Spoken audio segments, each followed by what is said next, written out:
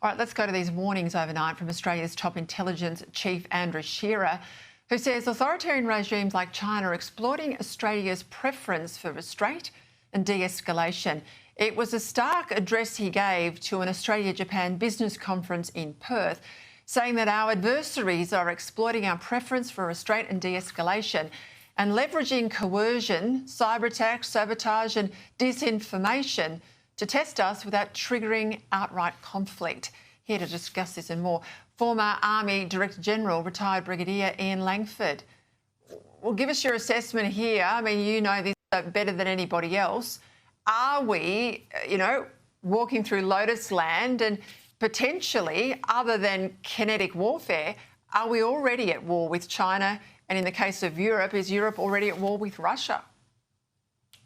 Yeah, thanks, Peter. Thanks for having me. When Andrew Shearer speaks, he's a serious person and somebody worth listening to. And essentially, the purpose of his speech was to really highlight the point that Australia is now under threat, due partly to the changing character of countries such as Russia, China, Iran and North Korea in operating against us, but also because of our openness and our preference for restraint and adherence to the rules-based global order. So essentially what we're seeing now is we're seeing those strategic warnings from Andrew Shearer and others metastasise into actual events. Cyber intrusions, we've seen the strategic acquisition of critical infrastructure, we've seen the attempt by the Chinese Communist Party to coerce high-profile individuals and part of the Chinese diaspora here in Australia.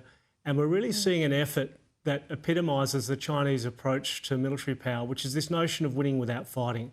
It's how you win without escalating to armed conflict through all of these indirect means, many of which have been put against Australia through wolf warrior diplomacy, through the actions of trying to court others in the Pacific Islands, for example. And all of this ties into essentially now a competition around who is the preferred partner in our region and how will Australia deal with Chinese aggression, which is coming in all of these non-traditional ways in an increasingly contested and conflicted world. Key in all this is the economic leverage China has, though, isn't it, Ian? Oh, absolutely. And we're seeing that from lobsters through to red wine, through to coal, through to the current dispute with BHP. So Australia continues to balance its security and its economic relationships in the international system. It shouldn't have to choose, but increasingly it's becoming apparent that the Chinese are not comfortable with Australia as it currently exists as an open and democratic society, the alliances it manages, and its commitment to a free and open East and North Asia. And so what it's doing, it's applying diplomacy, its information, its military capacity, and also its covert capabilities in ways that Mr Shearer pointed out in his speech. All right, aside from the uniform you wore for the Australian Army, you've been a peacekeeper too in the Middle East during previous Israeli conflicts. I've just got to ask you for your assessment of the peace deal on the table and these indirect talks that appear to have begun in Egypt. It's the best chance we have. So it's the fastest way we'll see a hostage handback. It is the essentially the commitment, at least in the initial stage, for Hamas to agree to a process. It's very unlikely, and I'm very suspicious that they'll ever disarm in ways that the peace process demands. But in the absence of anything else, and under the leadership of the US, and with other regional powers such as the Egyptians also facilitating discussions between Israel and Hamas, which again is a terror group, I think it is a framework to move forward. It will ensure some degree of accountability on the part of Hamas to the Palestinians themselves, and we should support it to achieve the maximum effect it will, noting that it won't be perfect in its execution or outcome.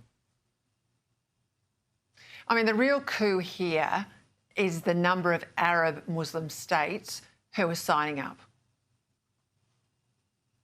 Absolutely. And again, one only needs to think about the Muslim Brotherhood and the threats that pose to some of those countries, including Egypt, over the past 50 years, to recognise that Hamas represent a threat not just to Israel and to the free world, but to the Arab street and the Arab world. And it's certainly not the intention of the Egyptians, for example, to allow a movement like the Muslim Brotherhood to spill out of any reintegration of Hamas into society. So the Egyptians will want Hamas to disarm. They will want the Palestinians to be able to some degree assert their own law and order and security systems outside of a terror group. And this is the best chance we have at this point in time.